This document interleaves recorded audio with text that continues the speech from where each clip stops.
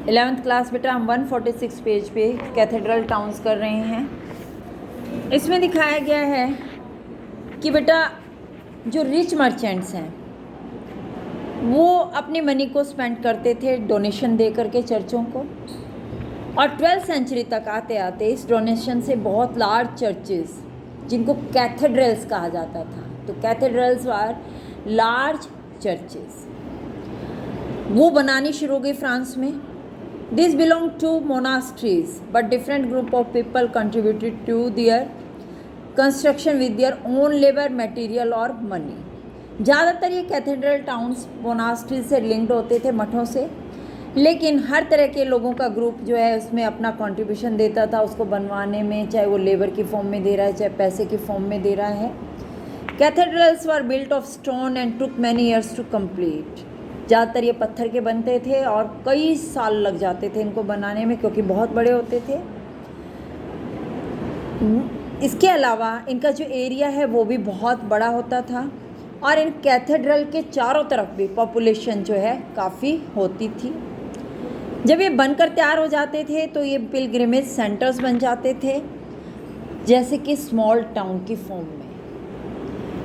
इसके अलावा cathedrals were design so that the priest voice should be heard. अब ये बनने इनका डिज़ाइनिंग क्या होती थी? इनकी डिज़ाइनिंग इस तरह से होती थी कि जब पादरी है उसकी आवाज़ दूर तक सुनाई दे सके। Clearly within the hall where large number of people gathered, जहाँ पे बहुत सारे लोग हैं उनके हॉल में, इस तरह से कि सब तक आवाज़ पहुँच जाए। And so that the singing by monks should could sound beautifully and the chiming over a great distance. तो इसके अलावा कि भाई वो जो बोला जा रहा है वो दूसरे लोगों को बहुत सुंदर ढंग से सुनाई दे सके, इस तरह से तैयार किया जाता था। बेल्स लगी हुई होती थी प्रेयर के टाइम, जो दूर तक जो अगर उनको बजा रहे हैं तो सुनाई देती थी।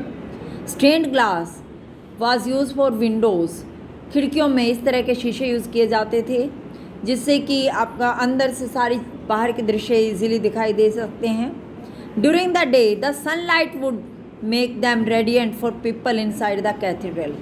ये ग्लासेस इस तरह के होते थे कि जब सूरज की रोशनी है तो वो अंदर जाती थी, अंदर जो कैथेड्रल के अंदर लोगों के ऊपर पड़ती थी तो वो रेडियंट बन करके, मतलब बिल्कुल सुंदर ढंग से जो रंग बिरंगी जो है रोशनी उनको देती थी। इसके अलावा inside after sunset the light of candles would make them visible to people outside. इसके अलावा से कहा है कि ये तो दिन की रोशनी तो अंदर की तरफ, और रात को अंदर से जो कैंडल्स की लाइट है वो बाहर वाले लोगों को भी सब कुछ देखने के कामयाब बना देती थी कि मतलब अंधेरे में उन्हें भी सब कुछ दिखाई दे। The stained glass windows narrated the stories in the Bible through pictures which literate people could read, illiterate. इसके अलावा इसने कहा इन शीशों के ऊपर बेटा बाइबल की कहानियाँ लिखी हुई होती थी चित्रों के रूप में, जैसे रामायण के चित्र हैं। कई भी मंदिरों में जाते हैं विभिन्न चित्रों से आपको आइडिया हो जाता है कि ये कौन सी कहानी बताई जा रही है, तो उसमें भी ये होता था ताकि जो अनपढ़ लोग हैं वो उन सब चीज़ों को देख करके उसके बारे में समझ सकें। इसी में एक बॉक्स में आपको क्लियर किया गया है कि ये कैथेड्रल्स क्यों बनाए जा रहे हैं।